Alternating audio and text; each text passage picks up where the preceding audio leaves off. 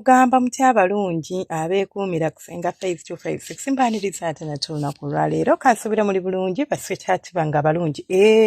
Olunaku olwaleero kye tugenda okwogerako mukimanyi, njagala kubabuulira engeri gy'osobola okuleetera omusajja okukusiriwala, okukwagala, okukuloboozaako, okubeera ng'oli ku mutwe gwe ng'omuli ku mutwe nga mmandwa. Okikola otya? Okubeera ng'omusajja oyo osobola okumufunza n'obeera ng'omukwata naddala ng'amaze okuzina. Ebiseera ebisinga abasajja bajja mu bulamu bwaffe ng'azze kukebera, n'akukwana n'akukolera byonna, naye olumala okwebakako bw'ati ng'apeyuka nga kyabadde ayagala. Oluusi abamu alinza okumala okwegatta naawe naye ng'ate abadde tagenda kudduka, ate gwe kennyini n'omugoba olw'ebyo ebikolwa bye by'oba okoze ebiddako. For example, omusajja bw'amala okuzina ne mwawukana, lekeraawo mukubira amasimu ag'olutentezi ng'otijja n'okusinga bwe wali otijja luli. Bannange tokisussa, kale woba osazeewo okwongera muyongeramu katini, naye luli obadde omukubira essimu omulundi gumu, oba obadde tomukubira kati omukubira emirundi 10 olunaku, buli ssaawa oli bulala olaga nti kati oyagala nnyo kubanga yakwebaseeko. Bannange, restrain yourself as much as you can. Totandika kubeera nga buli ssaawa oyagala obeere wali akitegeera kale wagudde mulaavu yakuzinye ebirungi, oba kale gwe just bw'otyo bw'oli bw'omala okwegatta n'omuntu otandika okufuuka nidi, naye tomubeerako nnyo, tomubebera nnyo, ogenda kumutiisa. Like, you stay calm. Olaba ne bw'aba abadde aluubirirwa kudiikinga oba kusuulawo, kale nkubuulira, obwongo bwaffe buno bulina engeri gye bukolamu. As human beings, oba nga ffe abantu, tukuravinga nnyo kye tutayina. Ky'oyina ate okiraggajjalira, ky'otayina ky'okuravinga oba ky'oyagala. For example, njagala nkuwa example y'abaana. Abaana obalaba? Oba n'omwana n'omugulira ekyokuzanyisa nga n'okwaba ekikaabidde. Olumala okifuna, akizanyisaamu wiiki n'akisuula wali, ate n'akaabira ekipya. Kati bwe tutyo bwe tubeera. Obwongo bwaffe bufunctioninga ng'abantu. Kati omusajja bw'amala okwebakako, instead of gwe omulaga nti bannange sisobola kubeerawo wootali era nze, n'omulaga nti I don't even care. Omukubira essimu kituufu omukeberako but toli nnidi, ate kigenda muleetera okwagala okumanya ye ono omuwala abadde atya. Ekirala, omusajja tomusuubiramu bingi kubanga yamaze okwebakako, kati olowooza agenda kubeera nga buli ssaawa ali bulala, ali ku ggwe kubanga mbu yakwebaseeko. Bw'abeera takkubira ng'ogamba kati omaze ofuna ky'oyagala oba wamaze ofuna ky'oyagala, kati ne bwonkyawa kati genda maama si by'obadde oyagala, kati tokyankubira na ssimu n'otandika okumalako emirembe. You are expecting too much. Nga bw'abadde akuyisa luli bw'agenda osigala ng'akuyisa, oba si kyajja kweyongeramu katini, naye tomusuubiramu kinene kubanga yakwebaseeko, simanyi oyagala akuwase. Omusajja agenda kukulekawo ne bw'aba abadde talina kigendererwa kikulekawo. Kyokka bw'aba abadde alina ekigendererwa ekikulekawo n'alaba ng'okitutte ize, ate agenda kwagala okumanya ekisingako ku ggwe, agenda becoming curious about your ways. Lwaki omukyalo ono neegasse naye n'asigala nga ndaga nti ali composed, n'asigala nga ndaga nti there is nothing like alinga agamba oba saamunyumidde oba bye namuzinye teyabinyumiddwa. Kati atandika okufuna embeera ezifaanaganako bwe zityo, okutandika okwebuuza mu mutima gwe, atandika becoming curious about you. So please, bw'oba oyagala kufunza musajja ng'oyagala omukwate mu ttaano, olina okubeera ng'omanya ti bwe tuba tuli mu kwezina oba bwe tuba tumaze okwezina, sigenda kumumalako mirembe gye, ngenda muwa eddembe lye yeeyagale, abeerewo, akole by'ayagala. Kijja kumuleetera okudda gy'oli nga tomunoonyeza, nga tomwesibyeko, ng'ate awulira akwetaaga. Kaakati ekirala, bannange, omusajja bw'amalanga okuzina nga wamunyumiddwa ate nga oyagala musigale mu relationship ako, ng'oyagala kale asigale ng'akwagala akuloboozeeko, ofunangayo akadde n'omukubira akasimu nga mumaze n'okwawukana naye, n'omubuulira engeri gye wanyumiddwamu. They think boost ego y'abasajja. Bana ekina engeri gye kireetera omusajja okugyewulira, n'awulira nga waakabi. Nze nina Guy gwe nali nga njogera naye wano ku WhatsApp, mugoberezi wange era nga ayagala ddagala ly'amaanyi ga kisajja, ebintu bwe bityo.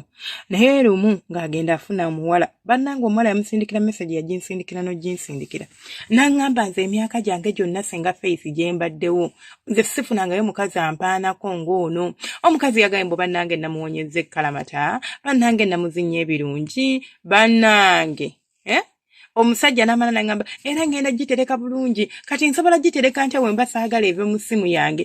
Kwegamba olaba engeri gye yali awulira eri omuwala ng'oyo, just kubanga yamusindikidde message n'amuwaana si wano eno nga mumaze okwezina ebyo tubikomyawo twewaana oli alinza n'okugamba alimba naye okiwadde endoboozi ey'okubiri twayawukanye twagenze then n'onkubira akasimu enkeera n'oŋŋamba nga nze musajja ngamba weebale oba nga ndi mukazi n'oŋŋamba bannange owooma ebyo byogera oli soba era njategeera nti byogera ddala bya ddala naye nga yakuzinye ebirungi tomuwaaniriza bitaliiyo bwaba byeyakuzinye tewabitegedde mwetaaga mukyogereko wabanga wakwongerayo olugendo naawe obitegeereko naye nga obitegeereko so ekirala kyolina okubeera ng'otegera ng'omaze okumutegeeza omusajja ajja kusigala ng'awulira akuloboozaako agenda kulaba ng'omukazi ow'enjawulo ekyo yatomuteekako nnyo pressure bannange mukendeeze ku pressure gye muteeka ku basajja notandika okumupressuringa kati tufuuse ki kati tuli biki kakati ogenda kumpasa oba togenda kumpasa notandika okumubuuza okumusoya ebibuuzo akamu n'akataano please ebyo bigenda kumuleetera okwetamwa ekirala omusajja muwe omukisa akwane muwe omukisa akwegayireko muwe omukisa abeere ng'ali after you let him chase you totandika kubeera ng'ate kati gwamugoberera buli ssaawa kugamba waali wodda oli awo luli eri abadde akuba takyakuba kati okuba mubuuze waliwo ekikyamu ekyatuukawo oba nedda and stop at that. There is no need for you to start chasing him down ng'olinga agoba akamese bw'aba tayagala ng'ayakooye muleke tomwesibaako okitegeera so lekerawo okumwegulako oba okumuleetera okuba nga akugobaagoba tebigenda kubeera nga bikkolera ekirala labika bulungi ebimu ku bintu ebikyasinze okusanyusa omusajja ku mukazi y'endabika yaffe omusajja amala okwegatta naawe n'olowooza kati omufunye n'obeera ntokyefaako weefeeko make sure you look good and be confident around him n'akuyita n'ogenda ng'onyirira n'okusinga lwe yasooka okukulaba okoze ka makeup oba ng'omanyi omukola batumanyi mukola weerongoseza kafeesi okakirinzinzeeko osizeeko akazigo kaffe obuma obusiize oyambadde engoye ennungi ezijjayo curves simbi nti like ziraga omubiri gwo no not to revealing naye ng'oyambadde bulungi omusajja ajja kugamba waawo ono omukazi buli bwemulaba yeeyongera kunyirira ne bw'aba abadde azze n'ekirowoozo nti nno njagala nkikumi olowooza agenda kikumya tajja then n'ekirala omusajja njagala obeere nga tomweyabiza wenna kubanga amaze okuzina kati otandise kufuuka kitabo kibikkule tewali kyotamugamba buli kimu okimugamba akusindikira message emu n'osindika ebigambo 8 nedda ebigambo byo njagala bibeere nga bitini naye ng'ate binyuma okuwuliriza naye ng'ate bitini n'ekirala spendingako obudde n'omusajja wo nga mumaze okwezina musobola ogenda ku date bw'aba nga ali wiiringi naawe kennyini ng'omuntu you can suggest a date ne mugenda ne mulabako firimu mwembi ne mutuula ne mubaako we mwogera eddakiika 5, 10, 20, 30 ng'otudde n'omwagalwa we it is like therapy there is a bond you create doesn't matter mutuddewa oba mugenze mukasaawe oba temuyimirira whatever wonna ebyo nno bye bimu ku by'olina okukola omusajja n'abeera nga obwongo bwe bwonna obukutte ng'alowooza ku ggwe oli wanjawulo beera wanjawulo ku bakyala abalala kubanga abakyala abasinga kasita amala okubeera nga yeebaka n'omusajja olwalowooza omusajja kati afuuse bbaawe atandika okumulwanira atandika okubeera controlling atandika okuobsesinga n'ekirala ky'olina okwewala kwe kubeera nti okeepinga independence yo totandika kumanya nti kati bbaawe nga agenda kundabirira mu buli kimu otandika okusaba ssente otandika okubeera omwagala emotional omwagala gy'abeerewo naawe buli kimu tokyayagala kubeera wekka tokyayina mikwano obulamu bwo bwonna obudipendinze ku ye being independent does not only mean nti mu ssente I can be independent that I can make my own decisions. I can be independent that my happiness does not rely on you.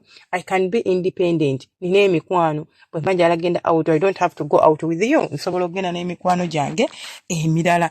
So ebintu bineeno bye bigenda okuleetera omusajja okubeera nga bw'amala okuzina munnange asigala akuloboozaako n'agamba Saala ng'ate ye wanjawulo.